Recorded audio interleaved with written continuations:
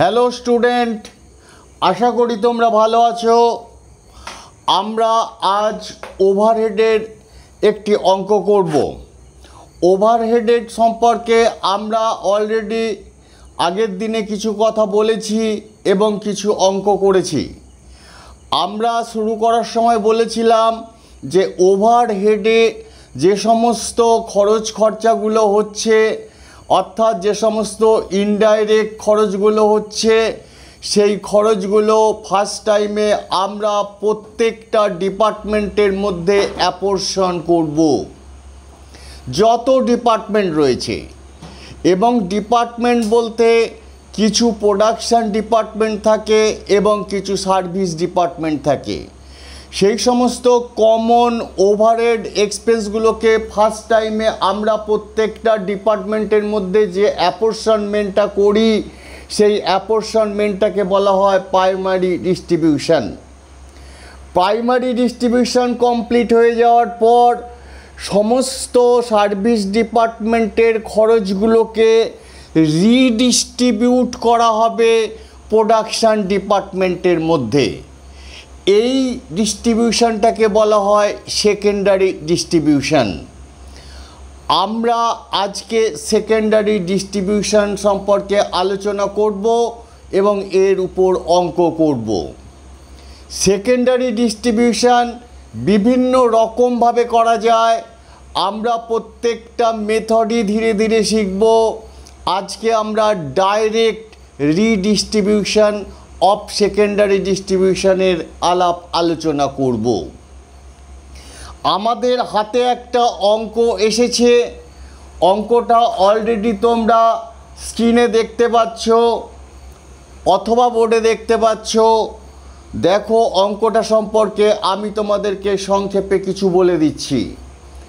অঙ্কটা হচ্ছে ফার্স্ট টাইমে অঙ্কটা প্রাইমারি ডিস্ট্রিবিউশন হয়ে গেছে।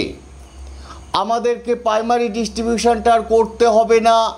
প্রাইমারি ডিস্ট্রিবিউশন করে দেখতে পাওয়া যাচ্ছে যে প্রোডাকশান ডিপার্টমেন্টের মধ্যে যে খরচটা পড়েছে সেটা হচ্ছে P1, P2, P3 তিনটে প্রোডাকশান ডিপার্টমেন্টে যথাক্রমে 20,000, 18,000 এবং 25,000। এবং সার্ভিস ডিপার্টমেন্ট এই কোম্পানিতে 6টা আছে। সার্ভিস ডিপার্টমেন্টগুলো হচ্ছে একটা ক্যান্টিন, একটা পাওয়ার হাউস লাইটিং, একটা পাওয়ার হাউস পাওয়ার, একটা store, time keeping and accounts এবং রিপেয়ারিং শপ। এই ডিপার্টমেন্টের মধ্যেও প্রাইমারি ডিস্ট্রিবিউশন অনুযায়ী কত কত খরচ হয়েছে সেটা আমরা দেখতে পাচ্ছি। অলরেডি তোমরা বোর্ডে দেখতে পাচ্ছ 1,500, 1,200, 4,000, 3,600, 3,000 এবং 4,500। এই সার্ভিস ডিপার্টমেন্টের প্রত্যেকটা খরচকে আমরা প্রোডাকশান ডিপার্টমেন্টের মধ্যে রিডিস্ট্রিবিউট করব। একদম কমন সেন্সকে কাজে লাগিয়ে কোন বেসিসে ডিস্ট্রিবিউশনটা করলে অ্যাপ্রোপ্রিয়েট তোমার মনে হবে, সেই বেসিস অনুযায়ী আমরা এই ডিস্ট্রিবিউশনগুলো করব। আমাদের যা ছকটা আমি আরেকবার তোমাদেরকে বলে দিচ্ছি। সবার উপরে লিখবে সেকেন্ডারি ডিস্ট্রিবিউশন সামারি।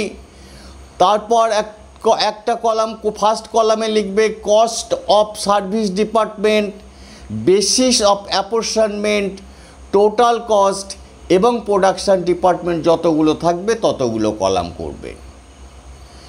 এখানে প্রথমে আমাদের আছে ক্যান্টিন ডিপার্টমেন্ট। এটা একটা সার্ভিস ডিপার্টমেন্ট। ক্যান্টিন ডিপার্টমেন্টে 1,500 টাকা খরচা হয়েছে। অঙ্কটার নিচের দিকে দেখো প্রত্যেকটা সার্ভিস ডিপার্টমেন্ট সম্পর্কে এবং অন্যান্য ডিপার্টমেন্ট সম্পর্কে কোথায় কি আছে তার ডিটেল কিছু ইনফরমেশান দেওয়া আছে। যেমন দেওয়া আছে নাম্বার অফ এমপ্লয়ি কোন ডিপার্টমেন্টে কত, নাম্বার অফ লাইট পয়েন্ট কত, পাওয়ার হাউসে মেশিন কি আছে, নাম্বার অফ রিকুইজিশন, এটার মানে হচ্ছে স্টোর থেকে কতবার মালপত্র ইস্যু হয়েছে তার রিকুইজিশনের সংখ্যা, এবং ভ্যালু অফ অ্যাসেট। এরকম বিভিন্ন ইনফরমেশান আমাদের অঙ্কটার মধ্যে দেয়া রয়েছে। এই ইনফরমেশানগুলোর উপর ভিত্তি করে যেটা আমাদের কাছে অ্যাপ্রোপ্রিয়েট মনে হবে সেই অনুযায়ী আমরা সার্ভিস ডিপার্টমেন্টের খরচগুলোকে রিডিস্ট্রিবিউট করব। প্রথমেই আমি আসছি ক্যান্টিন ডিপার্টমেন্ট। ক্যান্টিন ডিপার্টমেন্টে ১৫০০ টাকা খরচা হয়েছে। ক্যান্টিনে এই ১৫০০ টাকাকে আমরা প্রোডাকশান ডিপার্টমেন্টে আমরা ভাগ করব।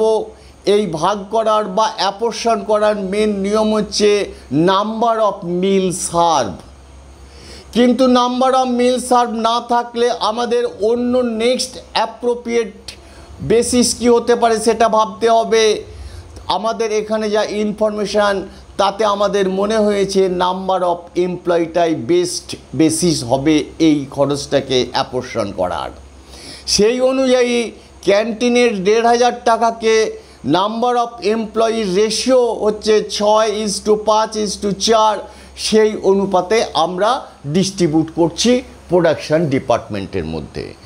আমাদের যে মেথডে আজকে অঙ্কটা করছি মেথডটার নাম ডাইরেক্ট রিডিস্ট্রিবিউশন। ক্যান্টিন ডিপার্টমেন্টের ১৫০০ টাকাটাকে যদি ভাগ করা হয় তাহলে যে যে ডিপার্টমেন্টে যত পড়বে ওই রেশিও অনুযায়ী ভাগ করলে সেটা আমি লিখছি, তোমরা ক্যালকুলেটর মেরে একটু চেক করে নেবে। ৬০০, ৫০০, ৪০০। নেক্সট পাওয়ার হাউস লাইটিং, অর্থাৎ পাওয়ার হাউস থেকে যে কারেন্টটা বেরোচ্ছে এটা শুধুমাত্র লাইটিংয়ের জন্য। কোন কোন ডিপার্টমেন্টে যদি কত খরচ কারেন্ট খরচ হয়েছে সেই অনুযায়ীটা ভাগ করাটাই হবে অ্যাপ্রোপ্রিয়েট ডিস্ট্রিবিউশন। এবং তার জন্য আমাদের সাবমিটার থাকা দরকার, সাবমিটারের রিডিং থাকা দরকার। কিন্তু আমাদের এখানে সাবমিটারের রিডিং বা সাবমিটার সম্পর্কে কোনো ইনফরমেশান নেই। তাই আমাদেরকে চিন্তা করতে হলো, চিন্তা করে দেখলাম কোন কোন ডিপার্টমেন্টে কত লাইট পয়েন্ট আছে সেটাকেই আমরা বেস্ট অ্যাপ্রোপ্রিয়েট বেসিস ধরে আমরা এই ১২০০ টাকাটাকে ডিস্ট্রিবিউট করে দিচ্ছি। এই ১২০০ টাকাটাকে যদি আমরা প্রোডাকশান ডিপার্টমেন্টের মধ্যে 3:4:5 রেশিওতে ডিস্ট্রিবিউট করি, এটা হচ্ছে নাম্বার অফ লাইট পয়েন্টের রেশিও, তাহলে ডিস্ট্রিবিউশনটা করলে যেটা হচ্ছে ৩০০, ৪০০ এবং ৫০০। আবার দেখো ৩ নম্বরে লেখা আছে পাওয়ার হাউস পাওয়ার, ব্র্যাকেটে লেখা আছে পাওয়ার হাউস পাওয়ার। এর মানে হচ্ছে আমাদের প্রোডাকশান ডিপার্টমেন্টে যে সমস্ত মেশিনগুলো আছে প্রত্যেকটা মেশিনের একটা ক্যাপাসিটি আছে, পাওয়ার কনজিউমের একটা ক্যাপাসিটি আছে, সেটাকে বলা হয় হর্স পাওয়ার বা ওয়াট বা কিলোওয়াট। এর বেসিসে আমরা এটাকে ভাগ করব। আমাদের এখানে হর্স পাওয়ার দেয়া রয়েছে যেটাকে সংক্ষেপে এইচপি বলে, অর্থাৎ মেশিন যে যে ডিপার্টমেন্টে রয়েছে তাদের এইচপি রেশিও করলে হবে 3:2:1। এই 3:2:3 এই 3:2:3 এই রেশিওতে ৪০০০ টাকাকে যদি আমরা প্রোডাকশান ডিপার্টমেন্টের মধ্যে ডিস্ট্রিবিউট করি তাহলে সেই ভাগটা যার যার ভাগে যে যে ডিপার্টমেন্টে যত যত অ্যামাউন্ট হবে সেটা আমি লিখছি। ১৫০০ প্রোডাকশান 1 ডিপার্টমেন্টে, ১০০০ P2 ডিপার্টমেন্টে এবং ১৫০০ P3 প্রোডাকশান ডিপার্টমেন্টে। নেক্সট টোর্সে খরচা হয়েছে ৩৬০০। এবং দেখো আমাদের নিচে ইনফরমেশানে দেয়া রয়েছে নাম্বার অফ রিকুইজিশন, অর্থাৎ স্টোর থেকে যখন কোনো মালপত্র কোনো ডিপার্টমেন্টে ইস্যু হয় তখন রিকুইজিশন দিতে হয়। সেই রিকুইজিশন দেখেই আমরা বুঝতে পারি কোন ডিপার্টমেন্টে কত মালপত্র গেছে। অর্থাৎ স্টোরের খরচটাকে আমরা নাম্বার অফ রিকুইজিশনের রেশিওতে ভাগ করে দেব প্রোডাকশান ডিপার্টমেন্টের মধ্যে। নাম্বার অফ রিকুইজিশনের রেশিও হচ্ছে 4:3:5। এই রেশিওতে 3600কে যদি প্রোডাকশান ডিপার্টমেন্ট P1, P2 এবং P3-র মধ্যে অ্যালোকেট করা হয় তাহলে যে ভাগটা হবে দেখে নাও, 1200, 900 এবং 1500। Next, time keeping and account, এটাও একটা সার্ভিস ডিপার্টমেন্ট। এখানে খরচ হয়েছে 3000 টাকা। এখানে এই খরচটা ভাগ করার রেশিও হচ্ছে নাম্বার অফ এমপ্লয়ি অথবা অ্যাকচুয়াল ওয়েজ, যেটা ইচ্ছা সেটাই করতে পারো। আমাদের এখানে নাম্বার অফ এমপ্লয়ি রয়েছে প্রোডাকশান ডিপার্টমেন্ট P1, P2, P3-তে কতজন এমপ্লয়ি আছে তাদের রেশিও করলে হচ্ছে 6:5:4। এই 6:5:4-এ 3000 টাকাকে, যেটা আমরা প্রাইমারি ডিস্ট্রিবিউশন থেকে পেয়েছি টাইম কিপিং এবং অ্যাকাউন্টস ডিপার্টমেন্টের জন্য, সেই অনুপাতে ভাগ করলে হবে 1200 টাকা,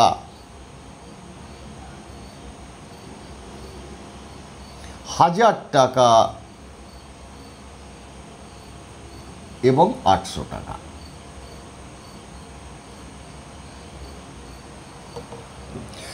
নেক্সট, রিপেয়ার শপ, এটাও একটা সার্ভিস ডিপার্টমেন্ট। এই রিপেয়ার শপে 4500 টাকা খরচ হয়েছে। এটা আমরা এই 4500 টাকা পেয়েছি প্রাইমারি ডিস্ট্রিবিউশন থেকে। এই 4500কে আমরা প্রোডাকশান ডিপার্টমেন্ট 3টের মধ্যে রিডিস্ট্রিবিউট করব। যেহেতু এটা রিপেয়ারিং, এটা যে ডিপার্টমেন্টে যে সমস্ত অ্যাসেট রয়েছে তাদের ভ্যালু যেরকম সেরকম তাদের মেনটেনেন্স কস্ট হয়, সেই মেনটেনেন্স কস্ট টোটাল হয়েছে 4500।